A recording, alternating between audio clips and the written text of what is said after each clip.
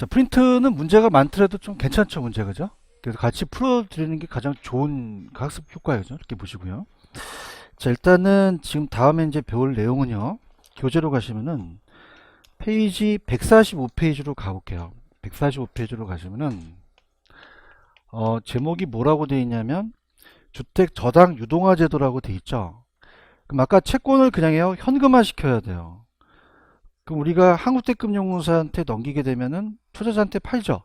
그럼 자금이 흘러서 차입자한테 대출을 많이 해줄 수 있다는 제도입니다. 이게 보금자리론이에요. 그죠? 그래서 아까 보금자리론, 모기지론이라는 게 있었죠. 이 구조가, 그럼 여러분이 생각하실 때 제가 문제를 냈지만 밑에 보시면 몇 차와 몇 차가 있죠? 그럼 몇 차와 몇 차를 바꿔내겠어요? 1차와 2차를 바꿔낼 수 있다는 걸 생각해 보셔야 됩니다. 그걸 가지고 이제 가는데, 글을 보시면은, 자, 차입자가 여러분들이 주택 수요자니까 우리가 그냥요, 주택을 저당 잡아요. 채권이라는 게 있죠. 채권은 우리가 하나의 차용증과 같은 얘기예요. 그죠? 그래서 채권은 이제 원리금을 상환받을 수 있는 권리고, 저당권 같은 경우를 설정한 건 채무불이행 위험에 대해서 담보물을 설정하죠. 그래서 우리가 이제 그 구조를 볼게요.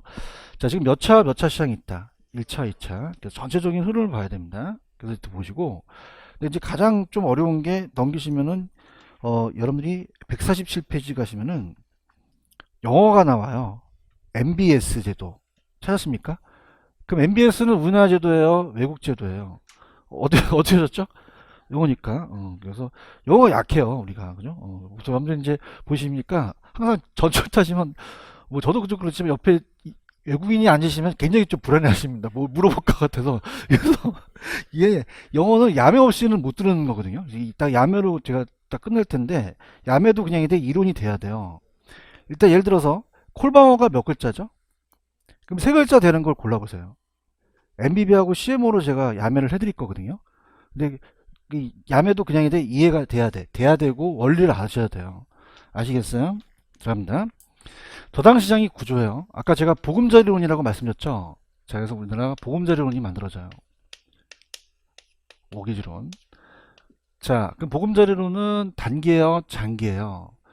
10년, 15년, 20년, 30년이죠. 5년 미만짜리는 없죠. 그래서 장기 저리로 대출해 줍니다. 저리로. 그 다음에 변동입니까? 고정입니까? 고정금리죠.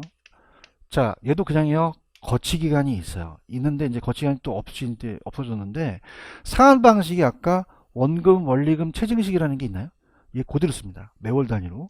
자, 그럼 우리가 보금자리로는 상가여야 돼요? 주택이어야 돼요? 주택. 아파트도 공동주택에 들어가죠. 그래서 우리가 차입자가 대출을 이제 받는 거죠.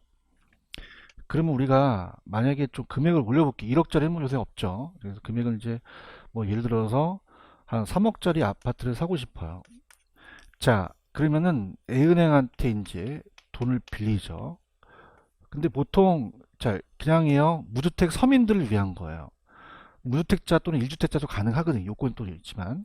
그 빌린 사람을 차입자라고 하고 그 다음에 A은행을 대출자라고 얘기를 해요. 그냥입니까? 자금을 대출해 줍니까? 그러면 근저당 설정을 하겠죠. 자금을 대출해 주고.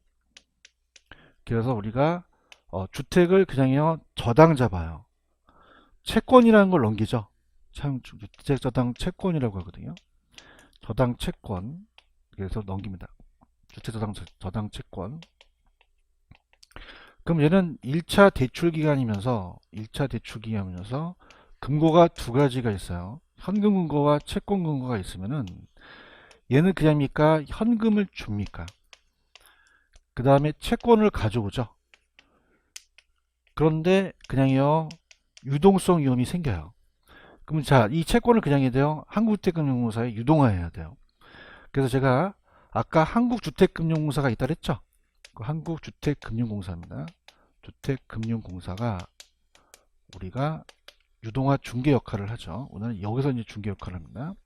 유동화 중개 기간이에요. 유동화 중개 기간. 그러면 자금을 주게 되면 얘는 그냥입니까? 이 저당을 사옵니까? 얘는 1차 대출 기간이에요? 2차 대출 기간이에요? 2차 대출 기간. 그러면 저당을 모아놔서 모으는 걸 풀이라고 하죠. 그럼 저당을 모아놨으니까 딱 풀이야, 저당 풀이야. 저당풀이죠. 여러 가지 유사한 걸 모아놓는데 규모가 작을까요? 굉장히 클까요? 크죠. 그래서 그 크는 것을 투자자를 모집해서 다시 발행하는 게 MBC야 MBS야. MBS라는 자체는 부동산 지권이죠. 근데 앞에 꼭 주택이 들어가야 돼요. 상가입니까? 주택입니까? 모기지가 저당이고요. 빼기 담보고 S가 증권이에요. 그럼 그냥요 주택을 저당 잡았어요. 담보로 증권화 시켰죠? 그럼 이걸 쪼개서 발행한다는 얘기죠. 그런가요? 그러면 시장은 몇 차가 있다? 1차, 2차. 자, 차입자와 은행으로 이루어진 시장은 몇 차다? 1차 저당 시장. 여기는 몇 차죠? 2차요. 자, 그러면은 1차는 그냥입니까? 자금을 대출해 줬습니까? 여기는 자금을 공급해 준 시장이죠. 그래서 우리가 여기는 주택 자금 대출 시장이에요. 주택 자금 대출 시장이고 주택 저당 채권이 형성되고요. 여기는 주택 자금이 대출해 줬어요. 이 채권을 유동화했어요. 그럼 자금을 공급했죠. 그래서 우리가 주택 자금의 공급 시장이다. 그래서 유동화되는 시장은 2차죠. 그러면 차입자가 나오면 몇 차죠? 1차. 주택 수요자라고 나올 수 있죠. 투자자가 나오면 몇 차죠? 2차라는 거죠. 근데 중요한 것은 이 투자자는 자, 이게 하나의 저당을 설정하고 채권을 발행하니까 요거는 채권에 대한 타인 자본 조달이니까 부채금융이에요. 부채증권이고. 그럼 부채에 대한 타인 자본 조달이다 보니까 얘가 이자를 받죠. 이자 수익에 대한 저당 수익률이 요구 수익보다 작아야 돼요? 커야 돼요? 만족해야 되죠. 그런가요? 그런데 제가 이렇게 볼게요. 이 저당 수익률이 그렇게 국채 같은 경우는 이자가 낮죠. 국채랑 경쟁업체거든요. 왜냐하면 자 우리가 여기까지가 1차 금리를 봤을 때 자 여기서 차입자가 내는 거는 그냥요 담보대출이에요. 대출금리. 그럼 대출금리를 만약에 5% 받았다. 그럼 얘가 중간에 그냥요 1%씩 먹어요. 먹으니까 마진이 있죠. 맞나요? 그럼 이 금리는 몇 차 금리가 더 높아야 되죠? 1차가 높아야 돼요. 2차가 높아버리면 유동화가 안 돼요. 그럼 2차 금리가 높아진다, 낮아진다. 실질적으로 MBS에 대한 수익률이 그렇게 높지는 않아요. 그렇죠? 자, 그래서 우리가 예금금리보다는 높아야겠죠. 그죠? 그럼 예금금리가 만약에 연 2% 준다. 그러면 얘가 연 한 3% 있다. 그러면 이득이 있는 거죠. 그런가요? 근데 이자가 그렇게 높아요? 높지는 않아요. 그래서 안정된 국채와 경쟁이죠. 그래서 개인 투자가 아니라 국민연금관리공단 아시죠? 기관 투자주들 많이 투자를 해요. 왜냐하면 몇 차 금리가 높아야 되니까. 그럼 금리 자체는 이 금리가 높지는 않다는 얘기입니다. 이해하셨습니까? 그럼 자 1차 금리가 높아야 된다는 것은 그냥요 얘네들이 1%씩 먹어요. 먹기 때문에 1차가 높아야 유동화가 되지 2차가 높으면 유동화가 안 된다는 거야. 대화를 합시다. 거꾸로 되면 유동화가 돼 안 돼? 안 된다는 원리예요. 시장 원리가. 그럼 몇 차가 높아야 돼? 공인중개사도 몇 차가 있어? 1차가 개론이죠? 개론은 그냥 면제를 해줘. 면제를 해주죠. 흥분해서 막 떨어지네. 자, 그럼 몇 차가 중요하다? 그럼 개론이 몇 차? 열심히 하겠습니다. 몇 차 금리가 높아야 된다? 1차 높아야 돼요. 그럼 자, 얘기해보세요. 차입자가 나오면 몇 차죠? 투자자가 나오면. 자, 여기는 그냥요 자금을 대출해줬어요. 채권이 형성된 거죠. 자금을 공급해주는 시장은 몇 차죠? 유동화된 시장이죠. 차입자는 1차죠. 그럼 차입자와 2차는 그냥이다. 아무런 상관이 없다. 상관이 없고요. 1차 대출기간과 2차 대출기간은 이 채권을 반드시 유동화해야 돼요. 자기가 보유할 수도 있어요. 보유할 수 있고요. 얘가 유동화해야 됐다는 것은 많은 재원이 있기 때문에 이 채권이 한정된 재원이기 때문에 유동화하게 되면 많은 사람한테 대출해 줄 수 있죠. 근데 수요자한테만 대출해 줘요? 공급자한테도 대출해 줘요? 공급자한테도. 그런가요? 이렇게. 그래서 1차와 2차를 바꿔낼 수가 있어요. 자, 그러면 우리가 가볼게요. 들어갑니다. 자, 들어가시면 145페이지로 가셔서 자, 일단 보고 제가 문제를 풀어드릴 텐데 자, 파란 색깔 위주로 갈게요. 시간 관계상. 지금 주택저당 유동화 제도에 색깔 있는 데가 있죠? 한국주택금융공사가 그냥요 MBS를 발행했어요. 투자자한테 매각을 했죠. 자금을 조달합니다. 자, 그럼 이때 몇 차와 몇 차가 있어요? 자, 1차는 그냥입니까? 저당권이 설정됐습니까? 그러면 여기는 주택 자금을 대출해 준 시장이죠. 그래서 이제 차입자가 들어갔어요. 차입자 1차 대출 기간. 차입자가 들어가면 몇 차? 1차. 그럼 대출 기간은 설정된 주택도당 대출 채권의 자산 포트폴리오 일부로 보유하거나 반드시 유동하여 보유할 수도 있어요. 주택자금 필요할 때는 매각할 수도 있죠. 그 다음에 자 여기 3번의 별표. 아까 제가 몇 차 금리가 높아야 된다 그랬어요? 1차. 1차의 대출 금리가 2차의 저당시장의 금리보다 높아야 된다는 게 유동화의 전제 조건이에요. 자, 2차는 저당 채권이 형성됐어요? 설정됐어요? 유동화됐어요? 자금을 대출해줬어요? 자금을 공급해줬어요? 그러면 저당 대출 채권 집합물을 사고 파는 금융기관과 여긴 차입자가 나와야 돼? 투자자가 나와야 돼? 투자자. 찾으셨어요? 그래서 넘겨보세요. 자, 그럼 MBS에 대한 발행이라는 것은 2차 대출 기간으로 한국택금융공사가 유동화 중개기관 역할을 하죠. MBS를 발행하고요. 3번. 자, 1차의 차입자와 2차의 저당시장과는 아무런 관련이 있다 없다? 없다. 기억, 차입자의 개별적 채무행위 등이 MBS 투자 수익률에 영향을 주지 않는다. 그래서 한국택금융공사의 지급보증이라는 단어가 있죠. 그래서 우리가 1차에도 MBS를 발행할 수는 있어요. 근데 그냥입니까? 공사가 지급보증을 해줍니까? 그러면 대개 투자자 입장에서는 메리트가 있는 거죠. 안정적이고요. MBS는 ABS의 일종으로서 자 이따가 ABS는 자산유동화지권이에요. 그럼 자 할게요. 그럼 MBS가 큰 걸까요? ABS가 큰 걸까요? 자 왜냐하면 ABS는 자산을 얘기하거든요. 그러면 자산담보와 주택 중에서는 어떤 게 넓은 개념입니까? AB 그렇죠. 그럼 ABS의 일종이기도 하죠. 이거 이해 가시겠습니까? 이따 나오니까 자산의 신용도만 높게 평가되면 이를 발행할 자금을 조달할 수 있다. 주택시장에 더 많은 자금이 공급되기 위해서는 2차의 저당시장이 필요하다. 그럼 저당 유동화에 필연적으로 요구되는 건 몇 차다? 2차 시장이 유동화 시장이죠. 자, 발행 효과라는 게 있나요? 그러면 보통 우리가 거의 확대가 나와야 돼요. 확대. 그러면 차입자는 차입기회가 축소되겠어요? 확대되겠어요? 주택 수요자가 더 많은 돈을 빌릴 수 있죠. 부동산 수요가 증가하면 주택가격 상승 요인이 될 수도 있겠죠. 자, 금융기관은 대출 여력이 확대되겠죠.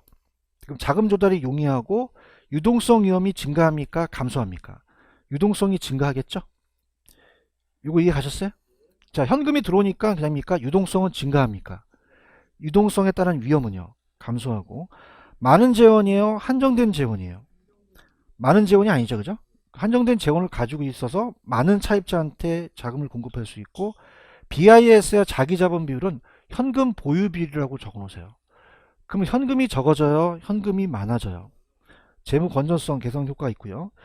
자, 공사 입장은 국가예요. 공사는 2차 대출 기간은 자, MBS 발행 보관 MBS에 대한 지급 보증을 해주고요. 장기 모가지론이에요? 모기지론이에요? 보금자리론을 공급하겠죠? 디임터 대출. 그래서 우리가 아까 제가 모기지론은 몇 년 있다 불러보세요. 10년, 15년, 20년, 30년. 원금, 원리금, 최순식이 다 있다 그랬죠? 융자비를 70%까지 땡겨줍니다. DTI가 충족 시. 그다음 주택 신용보증 업무도 하고요. 그 다음에 또 주택 연금 보증 업무도 하죠. 자, 기관 투자자는 장기 투자를 할 수 있죠. 분산 투자해서 포트폴리오 할 수 있고 안전한 투자가 가능하고 지급 보증이 되니까 아까 저당 수익률이 무슨 수익률보다 만족돼야 돼요. 요거 수익률 찾았습니까? 그 다음에 오른쪽 정부 입장에서는 뭐 경기 조절 수단으로 사용할 수 있고 여러 가지 되는데 3번에다 덧붙여 보세요. 다른 자본시장이 오히려 호황시, 침체시 더 효과가 있다는 거죠. 자금의 흐름이 왜곡되는 것을 방지할 수 있다는 거죠. 다시 할게. 자, 지금 여러분 MBS는 주식시장이에요? 부동산 시장이에요? 그럼 다른 자본시장이 침체시 더 효과가 있다는 얘기죠. 자금의 흐름에 대한 왜곡들을 방지할 수 있다. 이렇게 보시기 바랍니다. 이해 가셨죠? 자, 그러면 14번 문제 풀어보시기 바랍니다. 스타트.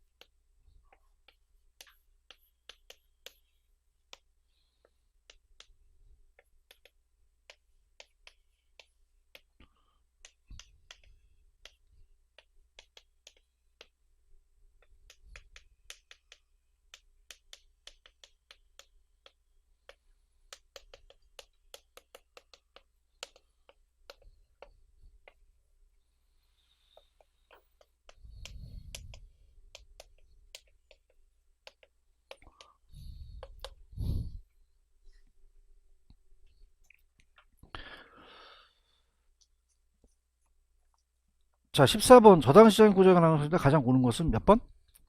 3번이죠. 자, 이렇게 제가 팁을 드릴게요. 칠판을 보세요. 차입자가 나오면 몇 차죠? 투자자가 나오면요. 자, 지금 1번을 보시니까 투자자라는 단어가 있나요? 박스. 2번을 보니까 저당 대부를 원하는 수요자가 차입자거든요. 이걸 잡으셔야 돼요. 그러면 1번에 투자 나왔죠? 그럼 몇 차로 고치셔야 돼요? 1차. 2차죠, 있죠? 2번에 저당 대부를 원하는 수요자가 차입자죠? 차입자는 몇 차? 요것도 이해 가시겠어요? 그걸 바꿔낸단 말이죠. 몇 번 정답? 1차 대출기관은 2차 저당시장에 그들이 설정된 저당을 팔고 필요한 자금을 조달하죠. 자, 금리는 아까 몇 차 금리가 높아졌죠? 자, 2차 저당시장의 수익률이 MBS에 대한 수익률이 2차 금리예요. 모조당 수익률이라는 게 있죠. 그게 1차 대출금리입니다. 그럼 2차가 1차보다 높을 때, 낮을 때, 이게 기준이 됐었어요. 그럼 반대로 1차 금리가 높아야 된다는 거죠. 맞나요? 그럼 제가 저당 대부를 받는 원래의 차입자와는 직접 2차는 밀접한 관계가 있다 없다? 없다라는 겁니다. 이해 가셨죠? 자, 그 다음 페이지 147페이지로 가시면은, 자, 147페이지로 가시면은 MBS의 종류라는 게 있죠. 자, 여기 이제 가는데, 자, 들어가 볼게요. 자, 거기에 이 저자분이 원리금 수취권이라고 해놨죠. 찾았습니까? 자, 우리가 조기 상환하게 되면 투자가, 자, 은행이 안 위험해요? 위험해요. 원리금을 받을 수 없거든요. 그러니까 월과 이자를 받을 수 있는 권리가 조기 상환 위험을 지는 자가 져요. 그 다음에 저당권이라는 얘기 들어봤나? 자, 그래서 저당권은 그냥입니까? 근저당 설정을 합니까? 민법에서 담보물에 대해서 담보물권을 갖는 게 채무행위 시 경매 처리할 수 있죠. 저당권을 설정하거든요. 이해하셨습니까? 근데 저당권의 절차가 굉장히 복잡해서 채무행위 위험도 진다는 얘기죠. 이해하셨습니까? 그래서 우리가 두 가지 권리예요. 자, 들어보세요. 자, 대출해주면 그냥입니까? 원금과 이자를 받아야 됩니까? 다음에 원리금 수취권. 원리금 수취권이라는 거는 원금과 이자를 받을 수 있는 권리예요. 근데 아까 시장 이자가 낮으면 무슨 상환하죠? 그럼 조기 상환해버리면 이자가 들어올까요? 안 들어올까요? 이걸 가진 사람이 원리금을 못 받아버려요. 맞습니까? 자, 저당권 설정했죠? 자, 저당권 설정했다는 건 그냥입니까? 채무 불이행할까봐. 그럼 채무 불이행에 대한 위험이 있기 때문에 저당권을 설정했는데 경매 처리가 절차가 간단해요? 굉장히 복잡해요. 그럼 거기에 대한 권리가 이걸 진다는 얘기죠. 이걸 얘가 갖고 있어요? 얘한테 넘겨요. 또 있어요? 또 넘겨요. MPTS라는 게 있죠. 이게 패스예요, 패스. 모기지 패스 스루. 그러면 이거는 그냥요, 다 권리를 넘겨버렸어요. 그럼 우리가 채권형이다, 지분형이다. 지분형이에요. 그러면 우리가 원리금 수취권과 저당권을 그냥입니까? 패스, 투자자한테 다 넘겼습니까? 그러면 모든 위험을 다 누가 질까요? 투자자가 지겠죠. 대화를 합시다. 다 누가 진다고요? 그럼 투자는 위험하죠? 원리금 수취권에 대한 조기 상환도 투자가 지겠죠? 그럼 그냥요, 위험이 제일 높아요. 수익도 높다는 거죠. 그런가요? 그 다음에 콜방어라는 게 있는데, 자, 책에 보세요. 콜방어, 콜방어. 콜방어 있어요? 그럼 차입자가 조기 상환을 하게 되면 발행기간의 채권의 만기 전 변제에 따라서 투자자한테 회피하는 것을 무슨 방어? 자, 그럼 봐봐요. 자, 조기 상환이 들어왔어요. 그러면 은행이 얘한테 조기 상환을 한다고 콜을 부르겠죠? 그럼 얘 또 콜을 불러요. 그러면 거기에 대해서 그냥요, 방어를 해야 돼요. 이게 무슨 방어? 근데 이 조기 상환 위험을 누가 지죠? 그러면 방어가 안 되죠. 콜방어가 가능하다, 불가능하다? 이게 많이 힘드시죠? 콜방어가 몇 글자예요? 그럼 세 글자 되는 것만 콜방어가 돼요. 편하셨어요? 마음이 불편하실 것 같아서 미리 좀 터뜨려 봤어요. 예고편 같은 게 중요하거든요. 흘리는 게. 요거 돼요? 요거 돼요? 얘네들은요? 안 되죠. 좀 편했죠? 좀 편안하게 들으세요. 편안하게. 외국인들 오면은 옆에 앉아 있어도 돼요, 이제. 콜방어 오케이? no. 콜방어 오케이. 이러는 거야. 자, 콜방어 되죠? 됩니다. 이게 채권행위예요. 그래서 지분에 대한 게 아니라 저당 채권을 담보로 채권화 시켜요. 그럼 지분형이다, 채권형이다. 채권형 MBS입니다. 자, 이거는 넘겨요, 안 넘겨요? 안 넘겨요. 발행기간이 다 갖고 있는 거죠. 그럼 원리금 수취권과 저당권을 그냥요 발행기간이 보유해요. 채권 형태로 발행하는 거죠. 그럼 발행기간이 조기상한 위험을 지겠죠? 그러면 투자자가 위험합니까? 위험이 제일 낮습니까? 낮아요. 수익도 낮겠죠. 그럼 얘는 그냥요 콜을 부르지 못해요. 못 부르죠. 방어가 된다는 얘기죠. 맞습니까? 근데 중요한 것은 원리금 수취권이 투자한테 가기 때문에 얘네도 투자한테 가는데 얘는 원리금 수취권이 누가 갖고 있죠? 발행기간이 끊겨버립니다. 현금문이 연결이 되지가 않아요. 매달 일치되는데 6개월마다 일치된다는 거죠. 이해하셨습니까? 그럼 얘는 그냥요 콜 방어가 가능해요. 왜요? 다 발행기간이 위험하니까 방어할 수 있다는 거죠. 근데 결정적인 건 몇 글자니까 가능하다는 거죠. 이해 갔나요? 자, 그래서 이거예요. 자, MPTS는 투자자 입장에서 그냥이야 수익도 높아, 위험도. 근데 MBB는 수익도 낮고 위험도 낮으니까 투자자가 갈리는 거죠. 그러니까 안 팔리는 거야. 그러면 짬뽕과 짜장면이 안 팔리니까 그냥이야 짬짜면이 나와. 혼합형이 나와. 엄청나게 불진하게 팔리는 거야. 그럼 상품이 점점 발달된다는 거죠. 그래서 혼합형이 나오게 된 거예요. 혼합형은 그냥이야 합쳐. 두 가지 성격 합쳐. 아까는 패스였죠. 그래서 페이. 원리금만 투자한테 주겠다는 거죠. 원리금만. 뭐만? 원리금 취권만 네가 투자 가져가라. 저당권은 내가 갖고 있을게. 그럼 위험도 반반씩 부담하겠죠? 그럼 자 생각해 보세요. 그럼 원리금 취권은 누구한테 갔죠? 조기상환은 누가 지죠? 그럼 얘는 콜방어가 안 돼요. 왜요? 네 글자니까. 즐겨. 그래서 CMO가 나온 거예요. 얘는 돼요? 왜요? 감사합니다. 그다음에 다계층 채권.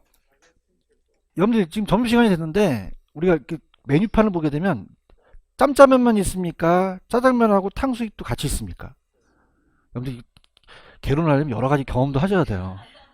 그죠? 그러면 그냥이야 상품이 여러 개 있어. 자기가 골라 먹는 거죠. 그게 불티나게 팔린다는 거예요. 그냥입니까? 여러 가지 채권을 만듭니까? 그다음에 다계층 채권, 계층을 여러 개 만들어 버리니까 불티나게 팔린다는 거예요.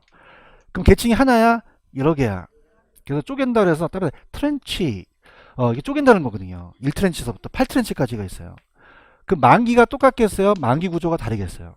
1년 만기, 2년 만기, 3년 만기 쭉 가요. 그럼 이자도 같아? 틀려.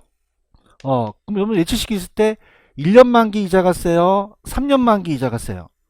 뭐 맡겨봤어야 알지. 3년 만기가 세요. 그럼 은행은 기간이 질수록 더 많이 이자를 줘요. 그럼 이자가 똑같아요? 상이해.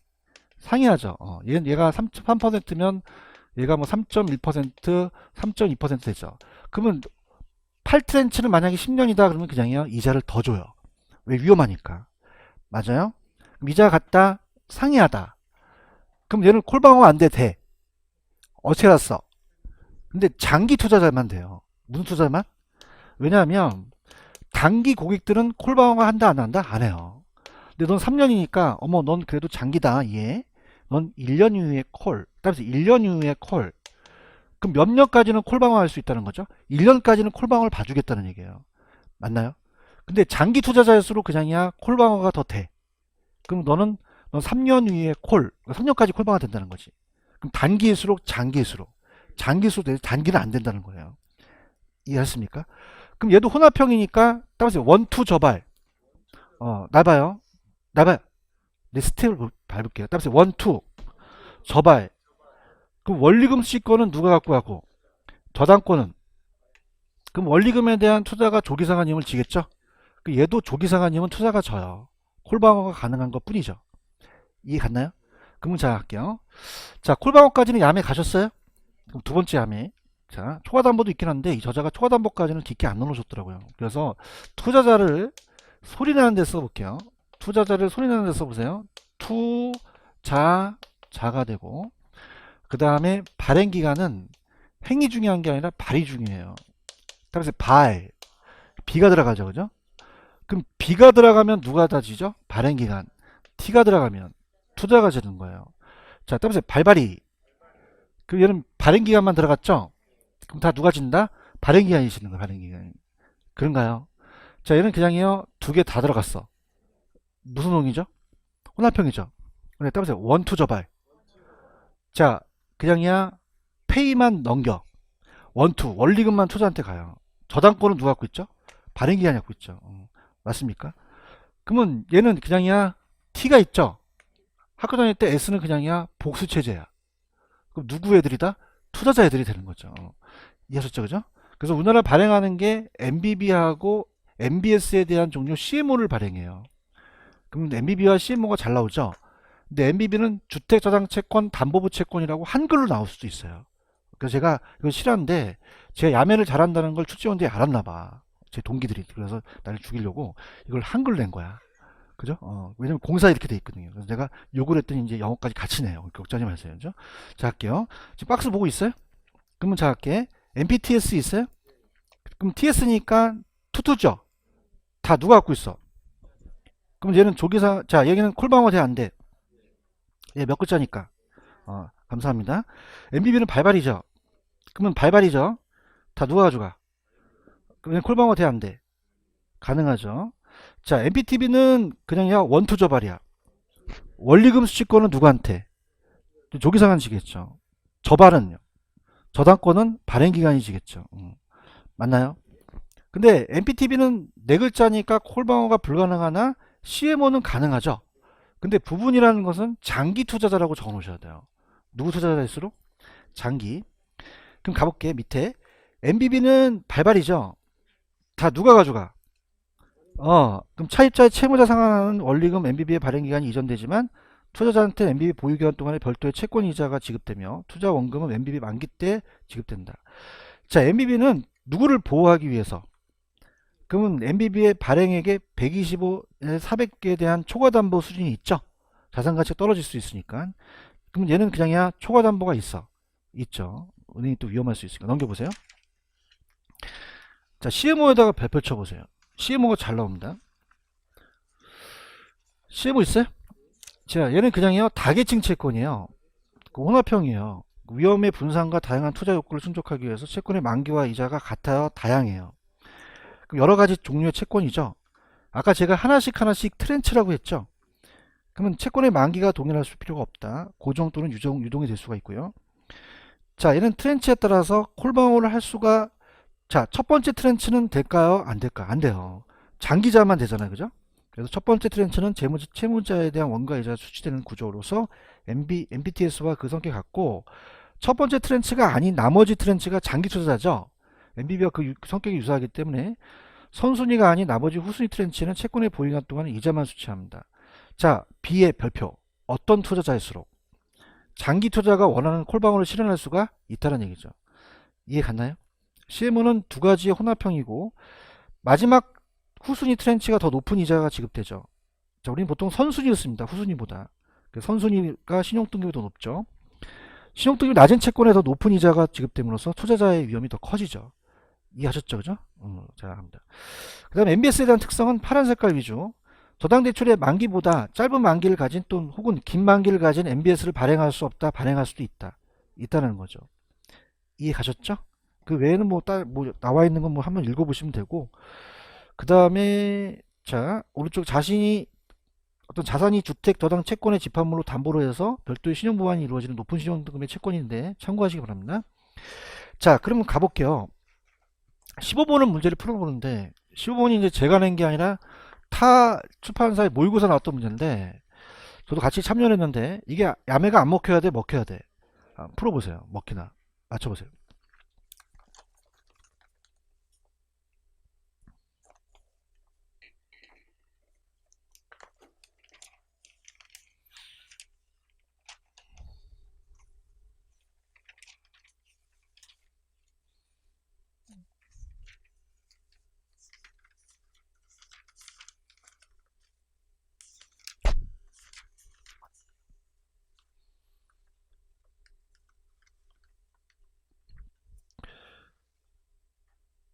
정답을 찾아낼 수 있겠죠. 자, 이렇게 합니다. 자, MBB는 몇 글자죠? 콜방어 가능한가요?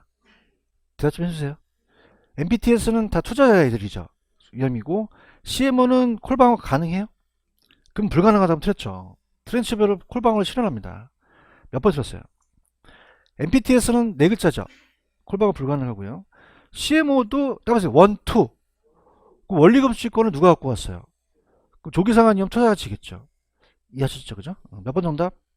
3번. 자, 그 다음에 149페이지로 갑니다. 149페이지 가시면은 제가 아까 MBS와 ABS 중에서 누가 넓은 개념이죠?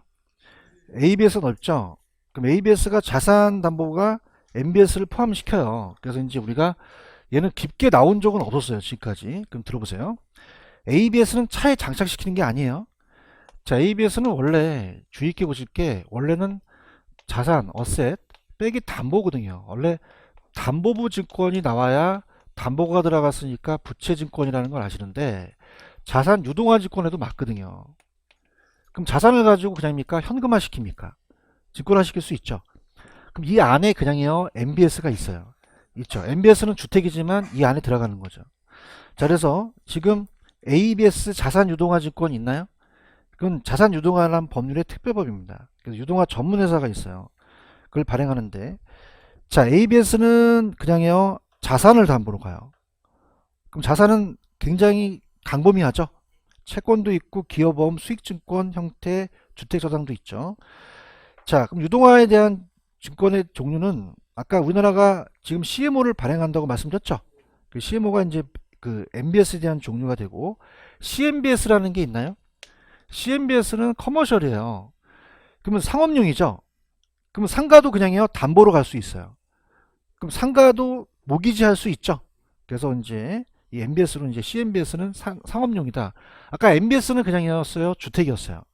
CMBS는요. 상업용이죠. 이렇게 해서 보시면 되고 그다음에 가장 강력한 게 PF라는 게 있나요? 밑에 프로젝트 파이낸싱 있죠. 별표를 두 개 치기 바랍니다. 여기서 시험에 나오는데 자, 이걸 이제 우리가 여러분들이 조금만 넘겨보시면은 페이지 166페이지 뭐가 뜨냐면 BTO 방식이라고 들어보셨나요? 자, 그러면 그냥입니까? 민자 유치입니까? 민간 투자 사업 방식이죠, 그죠? 그러면 민간 투자 사업 방식에 BTO라는 단어가 있어요? 자, 그럼 BTO 방식은 고속도로나 터널 같은 경우에요. 그럼 그런 SOC 사업은 그냥요 돈이 많이 들어가요. 소규모예요, 대규모예요? 단기 사업이에요, 장기 사업이에요? 그럼 정부의 재원으로 가는 게 아니라 프로젝트 파이낸싱으로 우리가 사업주를 갖고 이 시행사로서 참여를 하라 그래요. 그 BTO 방식이라는 게 있죠. 자, 이 방식으로 이제 우리가 뛰어드는 거죠. 사업주가. 그럼 프로젝트 파이낸싱은 담보대출입니까? 사업성이 담보입니까? 나중에 톨게이트비의 수익성이 생기죠. 그걸 담보로 가요. 이제 작년에 나왔던 문제를 제가 오늘 냈는데 작년에 제가 냈던 게 이제 간평에 나왔던 문제랑 유사해서 그걸 보여드리는데요. 자, 프로젝트 파이낸싱이에요. 자, 그럼 프로젝트 파이낸싱이라는 것은 자, 지금 우리가 인천공항에 신고속도로가 있죠. 소규모예요, 대규모 사업이요? 대규모 사업입니다. 그럼 우리가 이 대규모고 단기예요, 장기 사업이에요? 장기 사업이거든요. 그러면 고속도로나 터널로 들어가게 되면 그럽니까? 통행료를 받습니까? 통행료를 받아요. 만만치가 않아요, 이 총화. 가보셨어요? 10,000원이 넘어요. 그죠? 그래서 제가 예전에 아주 이용하는 게 추석 때나 설날은 이게 공짜야. 그래도 이걸 왔다 갔다 한 10번 하면 10만 원 버는 거야. 그죠? 진짜 사람도 없어. 그래서 꿀팁을 드린 거야. 내가 유튜브에서 꿀팁 많이 주듯이 준 거야. 그 설날이 공짜야. 자, 그냥이야 톨게이트비를 받아. 그럼 담보대출이 아니라 사업성을 담보로 가요. 무슨 성을? 그럼 사업성을 담보로 가서 수익성을 보는 거죠. 그 미래의 현금 흐름을 담보로 가요. 맞나요? 자, 그래서 우리가 포스코라는 회사 들어보셨어요? 포스코가 이제 사업주로서 시행사로 참여를 해요. 자, 따라서 민자 유치. 정부가 재원을 예산이 없기 때문에 이걸 못 투자하죠. 맞나요? 얘도 그냥이야 돈이 한정돼 있어. 그래서 파이낸싱 하는 거예요. 대주단한테, 은행 금융기관한테. 그런가요? 그 금융기관 등이 대주단입니다. 돈을 빌려준 제1금융권하고 여러 가지 이제 조인을 하는 거죠. 그럼 우리가 포스코의 부동산에 대한 물적이나 부동산 담보나 신용을 담보로 갑니까? 사업성입니까? 사업성이죠. 이거 봐봐. 지금 이 인천공항의 고속도로가 몇 조 원이 될 수 있죠. 그럼 포스코가 그걸 담보로 할 부동산 담보가 없잖아요. 얘기해봐요. 그럼 오로지 그 프로젝트에 대한 담보로 간다는 거죠. 그럼 안 위험하다? 위험하다. 그래서 내가 해골의 눈깔이야. 코를 그리고 입을 그려볼게요. 아주 무섭게 그립니다. 지금부터 해골입니다. 무섭게 생겼죠. 그래서 상처가 있어. 상처가 이렇게 그러면은 그냥이다 굉장히 위험하다. 그래서 얘한테 다 하지 말고 프로젝트 회사를 만들라 그래요. 그럼 그냥입니까? 독립법인을 설립합니까? 명목회사라고 들어보셨죠? 그래서 우리가 여러 가지 혜택을 줘요. 그래서 우리가 일정 요건을 갖추면 법인세가 면제된다는 게 감정평가 시험을 뺏겨냈거든요, 작년에. 자, 그러면 그냥요, 완전히 분리시켜요. 그럼 얘가 도산됐더라도 얘한테 채권 청구할 수 없고요. 자, 이 포스코는 그냥 아파트 사업도 해요.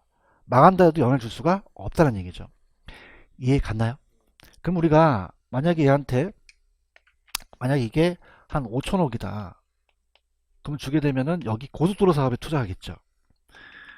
그러면 요거 고속도로 사업에 투자해서 5천억을 주게 되면 그냥입니까? 톨게이트비를 받습니까? 그럼 미래에 현금 흐름이 있다는 거죠. 그걸로 원리금을 상환한다는 얘기예요. 그런가요? 그러면 제일 중요한 거는 얘와 얘가 같다 완전히 별개다. 그래서 법률적이나 회계 처리를 따로 해요. 그럼 얘한테 얘가 도산됐더라도 채권 청구가 가능하다 불가능하다 상환할 수가 없어요. 얘 현금 흐름이나 자산 범위 내에서만 채권 청구 가능하죠. 그러면 소구예요? 비소구예요? 근데 100% 비소구일까요? 또는 제한 소구일까요?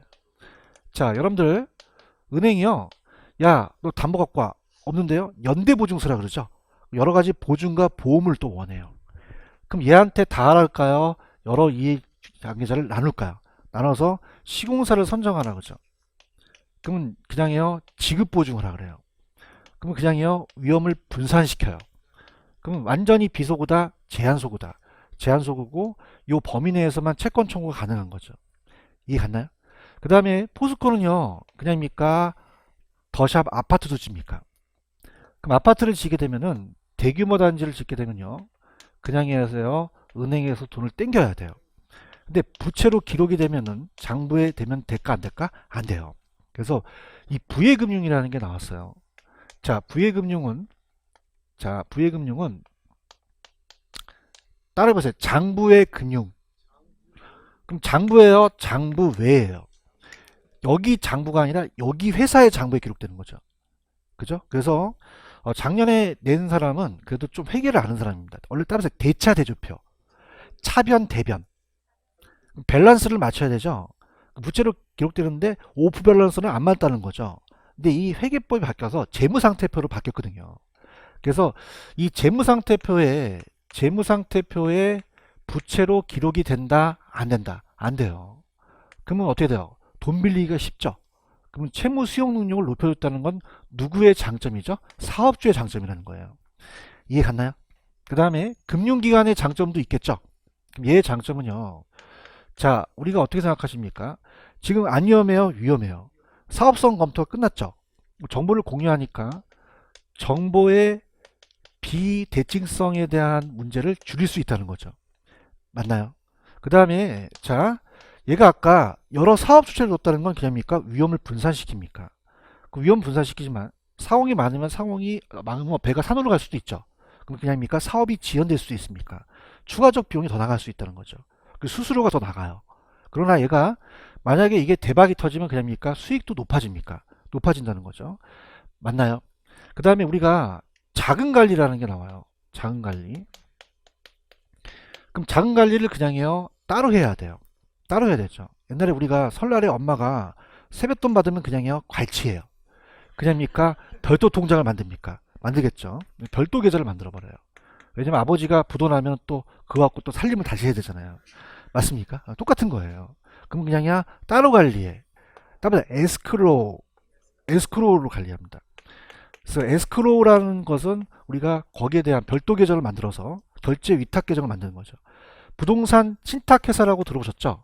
여기서 또 관리를 해주기도 해요. 부동산 우리가 신탁회사. 자, 그럼 어떻을까? 자금 관리를 자체에서 한다, 따로 한다. 따로 해요. 그래서 우리가 시험 문제에 자, 시행사와 시공사가 자체 계좌에서 한다면 될까 안 될까? 안 돼요. 에스크로에서 관리한다 그래야 돼요. 작년에 나왔던 게 차입자가 임의로 관리한다면 돼요, 안 돼요? 안 됩니다. 아시겠죠? 그 다음에 중요한 것은 자, 이따 보겠지만 부동산 개발 사업에 자금 지출 우선순위가 있어요. 그럼 자금 지출에 대한 우선순위는 자, 들어보세요. 자, 일단은 그냥입니까? 원리금부터 상환해야 됩니까? 상환해야 되고, 자, 두 가지가 나오는데, 자, 뭐가 나오냐면, 자, 시공사의 공사비와, 그 다음에, 자, 우리가 시행사의 개발이익인데, 자, 시행사의 개발이익이 먼저예요? 공사비가 먼저예요? 공사비가 대출을 이루어졌거든요. 이해하셨죠? 그죠? 여기에 대한 거를 우리가 가져가시면 돼요. 무슨 말 아시겠죠? 자, 갑니다. 펜 들어보세요. 자, PF로 갑니다. PF로 가셔서 중요한 것들만 우리가 좀 체크한 다음에 제 문제를 풀어보는 방식으로 갈 텐데요. 들어가죠. 자, 149페이지 가시면은 프로젝트 파이낸싱 개발금융이라는 게 있나요? 소비금융이에요? 개발금융이에요? 개발금융이죠. 개발에 투자하니까. 그러면 일반적인 기업보험과에 대한 차이점은 자, 제가 하라는 것만 가세요. 1번에 보시면은 부동산 개발 사업 프로젝트로 발생하는 장래 현금 흐름으로서 기초로 자금을 조달한다고 돼 있죠. 담보대출이 아니라는 얘기죠. 이해 갔나요? 자, 그러면 거기에 보시면 이제 밑에 나와 있는 거는 뭐 볼 게 없어요. 넘기세요. 넘기시면은 자, 아까 메뉴에 가시면은 장부의 금융이라는 거 기억나시죠? 자, 금융기관의 이점이에요. 사업주의 이점이에요. 사업주. 찾으셨습니까? 그럼 사업주는 어떻습니까? 자체적으로 채무 수용 능력을 높일 수가 있겠죠. 소구예요, 비소구예요. 어느 정도 제한 소구죠. 그래서 프로젝트가 도산이 되게 되면 그 신용에 영향을 주지 않습니다. 그렇지만 이 도산 시 대출 기간은 개별 사업주에 상한 청구할 수가 없죠. 찾았죠? 자, 프로젝트 회사가 보유한 자산과 현금을 범위 내에서만 상한 청구가 가능합니다. 자, 효율적인 자금관리 원리금 상환 확보를 위해서 자체적으로 시행사, 시공사가 자체 계좌로 합니까? 에스크로에서 합니까? 결제관리 계좌라고 되어 있죠? 따로 관리한다는 거예요. 그럼 디귿에 보시면은 별표 이게 나왔었는데 프로젝트 금융의 부실화의 경우는 해당 금융기관의 부실로 이루어질 수 없다, 이루어질 수도 있다는 거죠. 금융기관의 위험에 대비해서 실무적으로 직간접 보증을 요구하겠죠. 그럼 책임 시공 요구, 개발사업 부도시 부채 인수 사전에 약정하죠? 그 다음에 개발사업 토지에 대한 권리 확보 담보신탁이라는 게 있나요? 자, 따라서 담보신탁 찾았습니까? 자, 이게 이제 우리가 시험에 나왔었는데, 자, 들어보세요. 자, 우리가 여러분들 지금 뭐가 문제냐면 선분양에서 후분양으로 가려고 하는데 후분양으로 가게 되면은 직구 팔아야 되니까 건설회사가 자금이 필요하죠. 잘 안 빌려줘요. 그러면 후분양으로 가면 공급이 줄어들거든요. 그래서 PF를 건설회사한테 빌려줬어요. 그죠? 근데 건설회사가 이 대출이 그냥입니까? 좀 대규모 단지여야 됩니까? 그러면 선분양을 한다는 건 아직 지었어요? 안 지었어요? 다 지면 등기 치면 되거든요. 맞나요? 그럼 저당권을 설정할 수가 있어요? 없어요? 없죠. 그래서 따라서 담보신탁. 그럼 신탁회사라고 들어보셨죠? 소유권이 이전돼서 우리가 거기 좌측에 담보신탁이라는 게 있나요? 토지의 저당권 설정할 수가 있다 없다 없기 때문에 대출기관의 프로젝트 사업에 해당 토지에 대한 권리를 확보하기 위해서 담보신탁 같은 걸 하는 거죠. 이해 갔나요? 그래서 담보신탁이라는 자체가 자 우리가 어디 있냐면 페이지 160페이지로 한번 가보세요.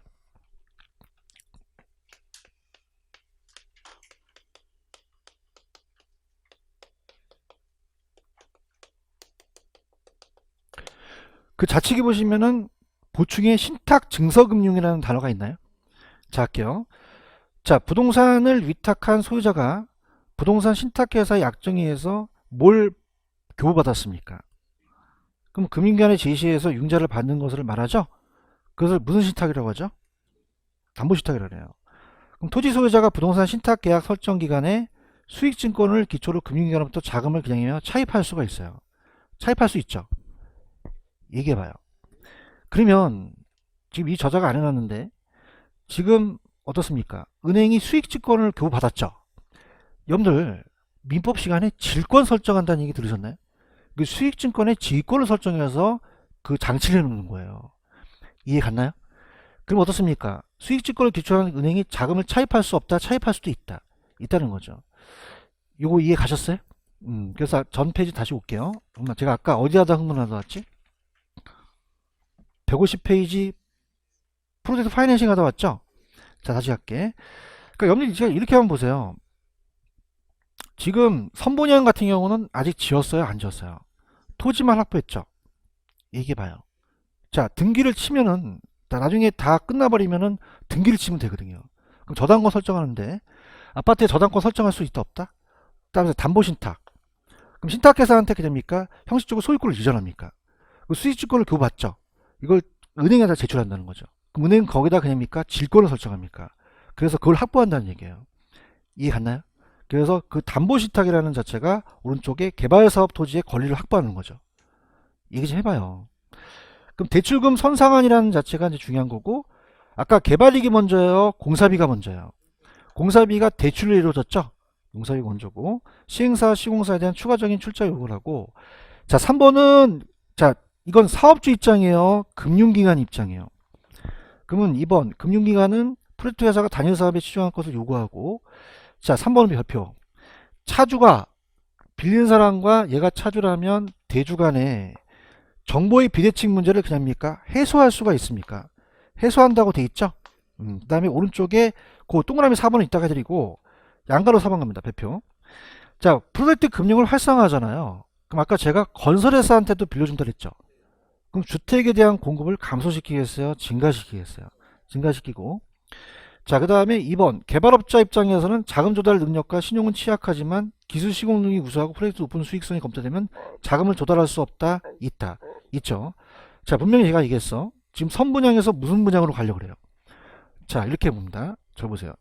제가 일단 오후 특강에 냈는데 제가 찍었던 게 나왔는데, 선분양은 그냥요 팔고 져요. 팔고 짓고. 후분양은요 지고 팔죠. 그런가요? 그럼 팔고 짓고 되면은 그냥입니까? 건설회사가 돈이 들어옵니까? 그럼 공급 물량이 늘어난다는 얘기예요. 얘기해봐요. 지금 후분양으로 가자는 게 굉장히 많거든요. 그죠? 왜냐하면 선분양 하면은 그냥입니까? 투기가 발생합니까? 분양권 전매가 나타나는 거죠. 이해 갔나요? 그래서 후분양으로 간다는 얘기가 많아요. 그죠? 그 후분양은 짓고 팔죠. 그럼 그냥요 건설회사가 돈을 땡겨요. 그럼 대형건사의 독점으로 갑니다. 그 공급이 늘어난다, 공급이 줄어든다. 줄어들기 때문에 PF를 건설회사에서 빌려준 거죠.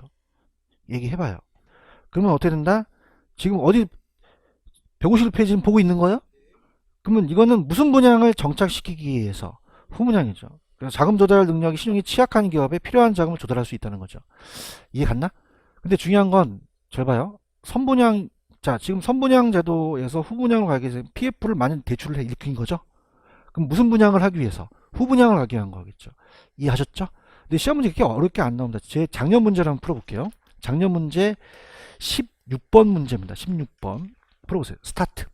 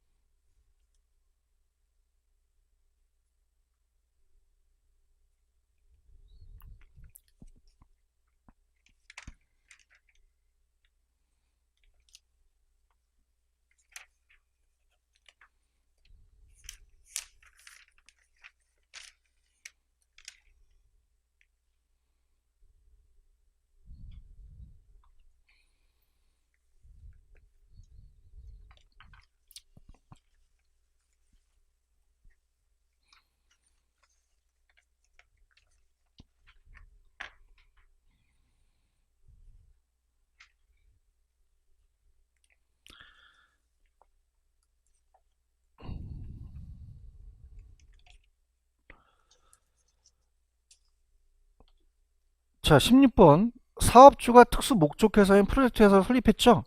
프로젝트 금융을 활용하는 거다. 오는 것은. 자, 정답은 4번이죠. 제가 아까 독립된 회사가 일정 요건을 갖추면 법인세 감면받을 수도 있다라는 게 작년에 3월 달에 나왔던 걸 공인중개사 뺏겼어요. 찾았습니까? 작년에 제가 적중을 했는데, 자, 1번. 프로젝트 금융은 상한제어는 사업주의 모든 자산입니까? 미래 현금 흐름입니까? 사업성이지 그 자산이 아니죠. 그 자산을 기반으로 하고 하지 않는다는 거예요. 이해하셨습니까? 그럼 이따 해설을 보지만 신용이나 물적 담보로 대출받은 것이 아니죠. 그럼 아까 BTO 방식 같은 그냥입니까? 톨게이트비를 받습니까? 사업의 수익성이죠. 그죠? 여기 틀렸고요. 그 다음에 아까 재무상태표라는 게 있나요? 그래서 우리가 책에는 대차제도표라고 돼 있어요.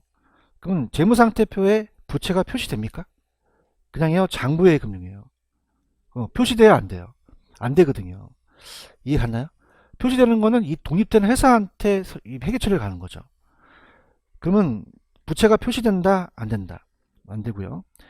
자, 해당 프로젝트가 부실하면 대출 기간의 채권 회수가 영향이 없을까요? 있을까요? 있죠. 채권 회수에 영향이 있겠죠? 부실하게 되면 금융기관도 부실로 이루어지거든요.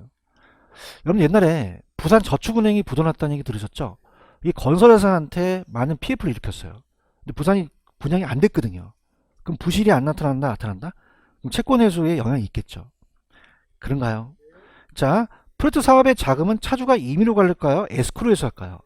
차주가 임의로 하는 게 아니죠. PF의 자금 관리는 아까 신탁회사 들어보셨죠? 이 회사가 에스크로 계정을 관리할 수도 있어요. 그 다음에 사업비 공정하고 투명한 자금을 집행할 수 있다는 거죠. 이해하셨죠? 여기까지 보시고 그 다음에 이제 넘기시면은 자, 그 밑에 150페이지에 나와 있는 거는 그렇게 중요하진 않아요. 제가 이제 건설회사 다녀서 이걸 아는데 거기 보시면은 PFABS라는 단어가 있어요. 찾았습니까? 자, 이게 뭐냐면 들어보세요. 아까 시장이 몇 차가 있었죠? 1차 똑같아요. 오른쪽 보시면 그림이 하나 있죠? 그래서 1차가 프로젝트 회사 개발회사라고 되어 있나요? 제가 건설회사 분명히 알 수 있는데 프로젝트 파이낸싱이 그냥입니까? 건설회사에서도 빌려줍니까? 빌려주죠. 얘기를 해봐요. 그러면 나중에 그냥입니까? 분양대금을 받습니까? 그것도 그냥이요. 하나의 자산이에요. 그걸 담보로 해서 증권화 시켜서 현금화 시킨다는 얘기예요. 이해 갔나요? 그럼 이거는 자 밑에 보시게 되면 이따가 PFABCP라는 게 있거든요. 자, 이건 기업어음입니다. 무슨 어음이다? 기업어음. 자, 여러분들이 왜 우리 카드깡 같은 거 하면 돌려막기 아시죠? 뭐 돌려막기를 어떻게 알아? 그럼 그냥 돌려막아야 돼. 왜냐면 얘가 어떻게 된다? 이자를 내라고 하잖아요. 그럼 기업어음에 단기자금을 얻어서 이자를 낸다는 얘기죠. 상환하는 목적으로 들어가는 거예요. 이해하셨습니까? 그래서 이 ABS는 보통 2, 3년이에요. 단기다, 좀 장기다. 그럼 어음을 어떻게 돼요? 2, 3년 끊어주는 데는 없죠. 그래서 이건 보통 6개월 단위로 가거든요. 1년. 그럼 장기입니까? 얘는 좀 단기입니까? 단기고요. 이해 가셨어요? 그 다음에 우리가 어떻습니까? 얘는 자산 유동화에 관한 법률, 자산 유동화에 관한 법률에 의해서 우리가 특별법을 제정하고요. 얘는 상법이라는 얘기 들어보셨죠? 기업법은 상법에 적용이 되거든요. 그러면 ABS는 어떻게 돼요? 단기다, 좀 장기다. 얘는 좀 단기에 하는 거죠. 아시겠죠? 그래서 갑니다. 지금 여러분들 PFABS 발행이라는 게 있나요? 그럼 천천히 갈게요. 대출기관의 유동성 위험을 감소시킬 수 있는데 프로젝트 파이낸싱의 대출 채권을 자 어떤 겁니까? 우리가 지금 PF에서 일으켰어요. 그러면 예를 들어서 A라는 건설회사가 그냥입니까? 분양대금 받는 것도 자산입니까? 그걸 현금화할 수 있죠. 그래서 PFABS와 PFABCP를 발행해요. 부채증권을 발행한 사례가 되죠. 부동산 개발 관련 대출 채권의 유동화요. 아까 돌려막기 아시죠? 그럼 ABCP는 만기가 돌아가면 PFABS에 대해서 어떻게 됩니까? 창안하기 위해서 그런 거죠. 찾았습니까? 그럼 어떻게 돼요? PFABCP는 그냥입니까? 상법입니까? PFABS는 자산 유동하는 절차가 더 복잡하겠죠. 이해 갔나요? 제가 아까 ABCP는 장기였어요? 좀 만기가 단기였어요? ABS가 장기죠? 그래서 부동산 개발 관련 대출채권을 유동화시키면서 개발업자 공급자에 더 많은 자금을 공급할 수가 있다는 거죠. 이해가셨죠? 그 다음에 밑에 가시면 조인트 벤처 있죠? 조인트 벤처는 지분금융이에요. 무슨 금융이다? 부채금융이 아니라 지분금융은 나오지 얘는 한 번도 출제가 안 됐거든요. 벤처라는 거 아시죠? 벤처는 아이템에 투자하는 거거든요. 개발 사업에. 그래서 부채다, 지분이다. 요것만 가져가세요. 아시겠죠? 그죠? 이렇게 해가지고, 다음 주에 제가 해드리는 거는 부동산 투자회사 있죠? 요건 별표를 3개 치시기 바랍니다. 거의 출제가 돼요. 요거는 거의 100%니까. 그러면 오늘은 문제를 몇 번까지 풀었죠? 중간에 안 푼 문제는 없죠. 그래서 요 17번만 남았죠. 요 17번은 다음 주에 프린트를 꼭 갖고 오세요. 갖고 오셔서 17번에 대한 니치서부터는 제가 다음 시간서부터 하도록 하겠습니다. 자, 오늘 여기까지입니다. 수고하셨습니다. 감사합니다. 네.